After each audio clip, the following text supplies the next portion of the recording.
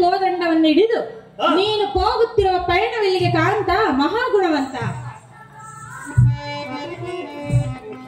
ಆಯೇ ಸಡಗರದಿ ಮಡದಿ ಮಣಿಗಳಾದ ಪದ್ಮಗಾಂಧಿ ಕಡಮುರುಗಳಾದ ನಿನಗೆ ತಕ್ಕೆ ಬೇಕು ರಾಜಕಾರಿಗಳ ಸುದ್ದಿ.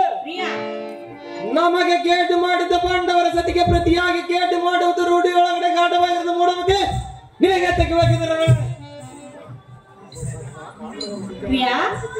ಪ್ರಿಯೇ ಪಾಂಡವರ ಸತಿಯಾದ ದ್ರೌಪದಿಯನ್ನು ಎಳೆತರಲು ಹೊರಟಿರುವೆ. ಸಾಧ್ಯವಾಗಿ ಹೋದವನು ಸುಂದರಿ ಬೇಡಕ ಅಂತ ಅದು ಏತಕ್ಕೆ ಬೇಡಕ ಅಂತೆ ಅಲ್ಲ, ಅಲ್ಲೇ ಆ ದ್ರೌಪದಿಯನ್ನು ಎಳೆತಂದರೆ ಕೇಳು ಬಂದರೆ ಚಿಂತಿಲ್ಲ, ಅವಳ ಮೇಳದ ತರೋದು ಎಂದಿಗೂ ಬಿಡುವುದಿಲ್ಲ ಅಂತ ಹೇಳಿವನು. ಕೇಳು, ಅದೇನು ಸವಿಸ್ತಾರವಾಗಿ ಹೇಳು.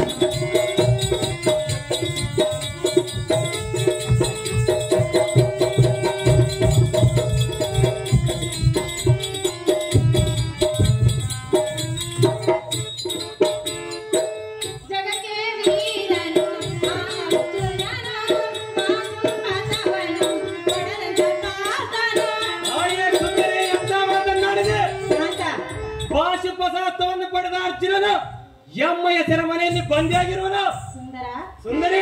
ಅರ್ಜುನನ್ನು ನೀನೇನು ಬಲ್ಲೆ? ನಾನು ಬಲ್ಲೆನೇನ ಸುಂದರಿ. ಮೂರು ಲೋಕಕ್ಕೆ ಗಾಂಡಿಯಾಗಿ ಮೆರೆಯುತ್ತಿರುವನು. ಮೂರು ಲೋಕಕ್ಕೆ ಗಾಂಡಿಯಾದವನು ಎಮ್ಮಣ್ಣನ ಸೆರೆಮನೆಯಲ್ಲಿ ಬಂದಿಯಾಗಿರುವನಲ್ಲ ಸುಂದರಿ. ನಿಮ್ಮ ಮೋಸದ ಆಟಕ್ಕೆ ನಾನೇನು ಹೇಳಲಿ? ಮೋಸದ ಆಟವಾಗಲಿ ಅಥವಾ ನಿಜವಾದ ಆಟವಾಗಲಿ ಅವರು ಎಮ್ಮಯ್ಯ ಸೆರೆಮನೆಯಲ್ಲಿ ಬಿದ್ದಿರುವರು. ಅದನ್ನು ನೋಡಿ ನಮಗೆ ಸಂತೋಷವಾಗುವುದು. ಜಗಕ್ಕೆ ವೀರನು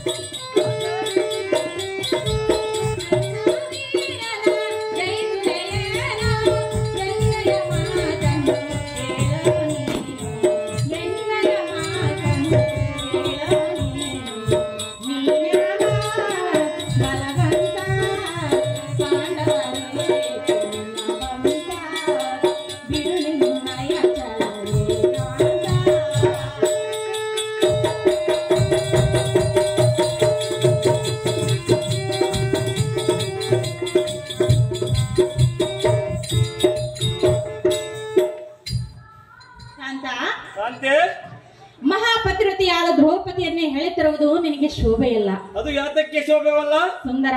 ಸುಂದರಿ, ಭೀಮನ ಸಾಮಾನ್ಯದವನೆಂದು ತಿಳಿದ ಸಾಮಾನ್ಯದವನೇನು ಸುಂದರಿ? ಅಂತಹ ಬಕಾಸುರನನ್ನೇ ಗುದ್ದಿ ಕೊಂದಿರುವನು ಆ ಭೀಮನು. ನಾನೇನು ಸಾಮಾನ್ಯದವನೇನು ಸುಂದರಿ? ಅಲ್ಲ, ಅಲ್ಲೇ ಅವನ ಕೈಯಲ್ಲಿ ಸಿಕ್ಕರೆ ನಿನ್ನನ್ನು ತುಂಡು ತುಂಡಾಗಿ ಕತ್ತರಿಸಿ ಬಿಡುವನ ಕಾಂತ ಗುಣವಂತ.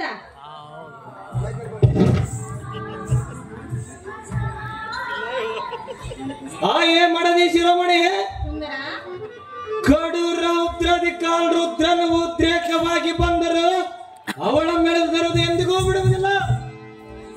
ಅವಳ ಗಂಡರನ ಭೀಮಾರ್ಜುನರ ಭಯವು ನನಗೆ ಕಿಂಚಿತ್ತಾದರಿಲ್ಲ. ಆ ಬಂಡರನ್ನು ಮುಷ್ಟಿದ್ದೋಳು ಸೀಳು ಸಾವಿರ ಓಳು ಮಾಡಿಬಿಡುವೆ. ಆ ಕೂಳರ ಸುದ್ದಿಯನ್ನು ನನ್ನ ಮುಂದೆ ತಿದ್ದಿ ಹೇಳಬೇಡ ರಮಣಿ. ಇಷ್ಟೊಂದು ಹಠ ಏತಕ್ಕಾಗಿ? ಅವರು ಮಾಡಿದ ಮೋಸಕ್ಕಾಗಿ. ಪ್ರಿಯ, ಅವರು ಮೋಸ ಮಾಡಿಲ್ಲ. ನಮ್ಮಣ್ಣನನ್ನು ನಮ್ಮ ರಾಜಸೂಯಾಗದಲ್ಲಿ ನಮ್ಮಣ್ಣನನ್ನು ಕರೆಸಿ ಆ ದ್ರೌಪದಿಯು ಸರಿಗೆ ಹೇಳ್ತಾರೆ. ಅಂತ ಕಾಂತೆ ಅವರು ಧರ್ಮವಂತರು. ನಮ್ಮ ಅಣ್ಣನಿಗಾದ ಅಪಮಾನಕ್ಕಾಗಿ ಅವರ ಹೆಂಡತಿಯರಾದ ದ್ರೌಪದಿಯನ್ನು ಮುಡಿಪಿಡಿದು ಎಳೆದು ನಮ್ಮ ಅಣ್ಣನಿಗೆ ತರುವುದು ವೀರಾದಿ ವೀರ ಈ ದುಶ್ವಾಸ ಮಹಾರಾಜನ ಕರ್ತವ್ಯ. ಪ್ರಿಯ ನಲ್ಲ ನಲ್ಲೇ ಹೇಳುವನಿ ಕೇಳು. ಅದೇನು ಸಂಸ್ಕಾರವಾಗಿ ಹೇಳು. ಹಾಗಾದರೆ ಸತಿಯನ ಮಾತಿಗೆ ಬೆಲೆ ಇಲ್ಲವೇ? ಮತ್ತಾರ ಮಾತಿಗೆ ಬೆಲೆ ಕೊಡುವೆ? ನಮ್ಮ ಅಣ್ಣನ ಮಾತಿಗೆ ಬೆಲೆ ಕೊಡುವನು ಸುಂದರಿ. ನಿಮ್ಮ ಅಣ್ಣನನ್ನು ಕೇಳಿ ನನ್ನನ್ನು ಲಗ್ನ ಮಾಡಿಕೊಂಡ್ರಿವ್ಯಾ? ಈಗಿನ ಕಾರ್ಯದಲ್ಲಿ ನಮ್ಮ ಅಣ್ಣನ ಮಾತಿಗೆ ಬಹುಳ ಬೇಳೆ ಇರುವುದು ಸುಂದರಿ. ಕಾಂತೆ ಹಾಗಾದ್ರೆ ಹೇಳುವೆ ಕೇಳು. ಅದೇನು ಸಂಸ್ಕಾರವಾಗಿ ಹೇಳು. ಸತಿಯಳ